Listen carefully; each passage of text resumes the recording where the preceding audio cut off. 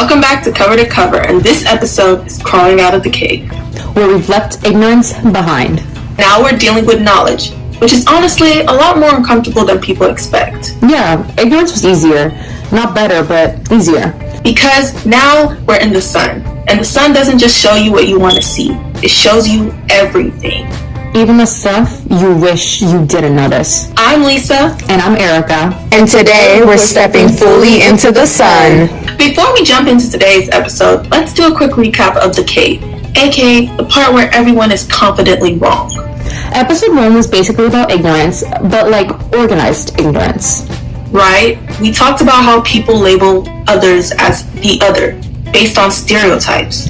And then act like those stereotypes are just facts. Which is wild because it's like making assumptions with zero evidence and still being 100% sure you're right. The confidence is honestly impressive. We also talked about how those labels affect identity, confidence, and opportunities. And how people can start believing those labels, which is where things get worse. So basically, episode 1 was people are stuck in the cave, staring at shadows, making bad conclusions. And nobody questions it. Exactly. Ignorance was the theme. Comfortable, but very wrong. Today's essential question is personal empowerment enough to overcome systematic inequality? And now that we've moved from ignorance to knowledge, we're not just asking what's happening. We're asking why it's happening. Mind you, that's very important. Remember that, guys. Remember that. Write that down, actually. Write that down. Write it down. Discussion 1. Structural causes of the other. The first question. What structural or cultural factors contribute to someone being labeled as the other? Our first question of the day is what structural or cultural factors contribute to someone being labeled as the other? In the book, she states, we are operating in a system that wasn't designed for us, using a rule book that we didn't write, and being penalized when we don't naturally intuitively know the unspoken codes. And now that we're in the sun, we can actually understand the quote on a deeper level. What the author is showing is knowledge, the realization that these systems aren't neutral. She also emphasizes that success often requires learning unwritten rules that were never meant to include everyone. She quotes, the belief system constructed was that it was safer to say nothing at all, unless someone else specifically asked you to express yourself. So quite frankly, the answer is people are labeled the other because systems define normal in a way that excludes difference. In this case, the sun represents knowledge here, the understanding that the system itself creates the problem. She also quotes, backfired in professional life, she kept hearing the questioning voice, is what I have to say good enough? This quote is basically stating that the system she learned didn't necessarily work in her professional life, as we can already see. In the cave, we might think maybe people just need to work harder. But in the sun, we realize no, the system was built with limitations from the start. And now on to discussion 2. How does the author argue that otherness can be a strength? In the book, she states, our otherness is our superpower because we see the gaps that others miss. We have a vantage point that is not clouded by the way things have always been done. A second quote that she states, when you are the only one in the room who looks like you, you're also the only one who can offer a perspective that hasn't already been considered. That is not a burden, that is a leverage. What's interesting in the sun is that we now understand why that's true. The author also explains that navigating different environments builds adaptability and awareness, skills that others may not develop. She states, I was sensitive to social and situational cues. I learned to control my self-expression and the way I carried myself so I could fit a certain mold I thought would be acceptable to others. In this situation, she's basically saying she picked up on things other people may have not picked up, and in a way, it kind of changed her to how she thinks others should view her. It helped in some situations, it didn't help in others. But in this type of workplace environment, this proved to be beneficial. So, knowledge changes how we interpret differences. Instead of seeing it as a disadvantage, we recognize it as perspective. In other words, otherness becomes a strength because knowledge reveals its value. Now moving on, discussion 3. Impact on career progression. For our next question, how does being labeled as the other impact career progression over time? In the book, she states, For the other, performance isn't just doing the job. It's about overcoming the baseline assumptions that you don't belong there. You're forced to spend your energy proving you are good enough, while your peers are already being groomed for what's next. Now, this doesn't just happen in places like work. It can also happen in school, where you don't fit in certain stereotypes based on how you act, or even how you're meant to look. And this is where knowledge becomes uncomfortable, because now we understand that effort is not distributed equally. The author also points out that constant proving leads to burnout and limits long-term advancement. In a way, this can also apply to your school life. If you're constantly trying to improve, you often stay up late, stress becomes impossible, and at some point, you just feel like it becomes too much, your mental state takes a hit, everything just becomes too much. Being labeled the other slows progress because energy is spent overcoming bias instead of growing. The sun reveals patterns over time, not just moments. It shows that inequality isn't random, it builds. She quotes, "I knew how immigrants were viewed in my own town. I didn't want to buy into the stereotypes that led people in my community to be dismissive or look down on us. I'd be damned if I were got few opportunities or was looked at differently just because of the gaps between our background. I know that's right." Me too, girl. And once you see that, you can't pretend success is purely based on effort anymore. Exactly. At some point in life, you just realize that better opportunities are given to what other people would consider the superior race. Other times, they're also just trying to look down on you just because of how you look like, or if they know your background. But yeah, some things are just not given to us. And I'd be damned if I didn't get those things. Because, what? What you mean I can't? Because I look differently or speak a different language. Or I come from a whole different place. Exactly. We strive to get here. Literally. We strive to make it. Literally. And you're telling me I can't get that? Yeah. No, that's not going to work for me, honey. That's not going to work. Moving on, discussion 4. How does lack of representation influence workplace culture?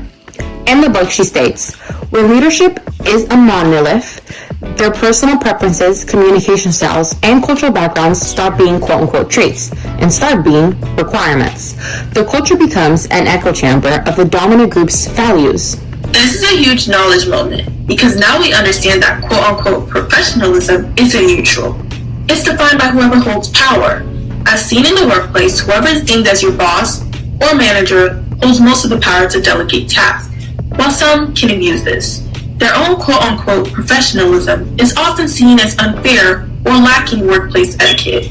The author also suggests that when diversity is missing, innovation and perspective are limited. Obviously, it's because you're not hearing from what other people have to say. Lack of representation creates a culture that excludes different identities and ideas. The sun shows us that quote-unquote normal isn't natural, it's constructed, and knowledge forces us to question it. Moving on, what does owning your power actually look like? In the book, she states, to own your power is to stop apologizing for the very things that make you different. It's moving from, I hope they don't notice my background, to, here's how my background makes me the most qualified person for this challenge. Why would you ever want to hide your background when that makes you who you are?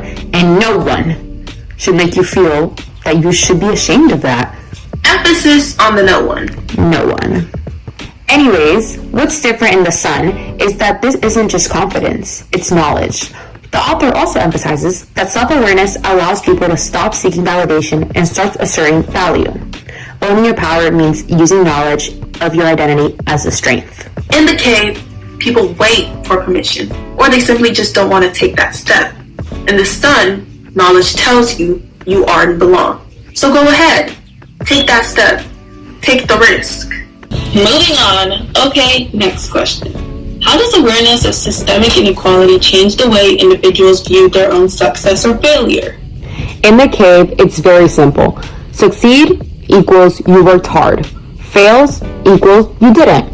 Yeah, the classic just try harder mindset, which sounds nice until reality shows up. And reality is like, actually, that's not simple. Exactly. Once you step into the sun, knowledge complicates everything. you start realizing that success isn't just effort, it's also access, opportunity, and how people perceive you before you even speak. Which is kind of unfair, but also explains a lot. It really is unfair. In the text, the author shows that people often carry the weight of systems they didn't create, which means failure isn't always personal. It can be structural. She states, when we understand the systemic barriers and the historical context that have shaped our experiences, we can stop internalizing the failure of not fitting into a mold that was never made for us. Our struggle isn't a personal deficit. It's a byproduct of a system that wasn't designed with our success in mind. So instead of internalizing failure as I'm not good enough, knowledge allows you to ask, what barriers were in place? That shift is huge because it protects identity and reframes experience. Awareness changes success from being purely personal to something shaped by larger systems. Yeah, basically, the sun ruins the illusion that life is a fair game. Additionally, the sun reveals context. And once you have context, you can't go back to those oversimplified expectations. Which is unfortunate because ignorance really was more convenient. To our next discussion question. Does recognizing bias make it easier or harder to navigate professional spaces? I'd say both, and that's the frustrating part.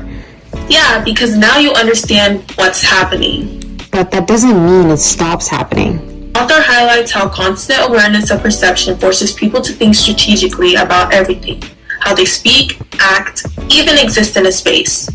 Which sounds exhausting because it is.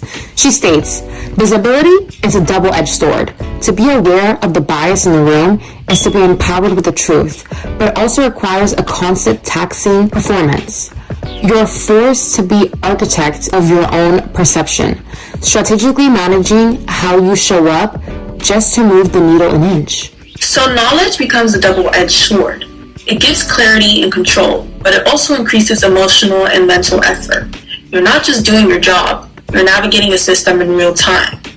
Recognizing bias helps you understand situations better, but it also makes navigating them more complex and draining. It's like leveling up in a game, but the game also gets harder. The sun gives you awareness, but awareness comes with responsibility. Not everybody's up for that. And unfortunately, no skip level is an option. Unless you have Robux. On to our next question. How might workplaces benefit from fully embracing otherness instead of expecting conformity? Well, first of all, they actually get new ideas. Right, because if everyone thinks the same, you're not innovating. You're just agreeing faster. Efficiency, but make it boring. The author emphasizes that different perspectives allow people to identify gaps and challenge outdated ways of thinking. She states, when a workplace demands conformity, it is essentially asking its most valuable assets to dim their light. But when it embraces otherness, it gains the benefit of a different vantage point. One that can spot the cracks in the foundation and the opportunities on the horizon that no one else can see. Essentially, otherness is important. So, otherness isn't just about identity. It's about perspective. When organizations ignore that, they limit growth, creativity, and problem solving. Embracing otherness leads to a stronger, more innovative system. Basically, diversity isn't just a nice idea, guys. It's actually useful. Who would have thought? The sun shows that difference creates insight. And insight is kind of important, if you care about improving anything at least. For our final question of the night, what are the risks of ignoring systemic issues and focusing only on personal growth? Anything you'd like to add, Erica? Well, I think the biggest risk is that people start blaming themselves for problems that aren't fully in their control. Like if the system is unfair and we ignore that, then no matter how much someone improves, they're still stuck dealing with those same barriers. In the book, she states, we cannot lean in our way out of a system that was built to keep us out. We treat systematic inequality as a personal growth project. We don't just exhaust ourselves, we become complicit in a culture that marginalized to do the work of the powerful. Quote kind of hit hard, not gonna lie. Yeah, that actually makes me think differently about just work harder advice. It's frustrating because personal growth is important, but it's not the whole solution. The author makes it clear that individuals shouldn't carry the responsibility of fixing structural problems alone. If we only focus on personal growth, we create a cycle where individuals adapt to unfair systems instead of improving them. That leads to burnout, frustration, and continued inequality. We still have inequality to this day. So, ignoring systematic issues keeps inequality in place and shifts unfair responsibility onto individuals. basically, it's like upgrading yourself, but staying in a broken system. Yeah, congrats, you're stronger, but the problem is still there. The sun shows the full picture. And once you see the system clearly, ignoring it isn't ignorance anymore. It's a choice. And not a great one. Not one bit. In general, to answer our essential question, Personal empowerment is necessary. but knowledge shows us it is not enough on its own. Real change happens when individuals grow and systems are changed. So yeah, the sun is pretty intense, Bright, uncomfortable, and kind of overwhelming. but it gives us something the cave never could. Knowledge, and that's on period. Mic drop. Keep crawling out of the cave. And we want to give a huge thanks to our social media manager, Zara, our producer, Jada, and our website designer, Eva.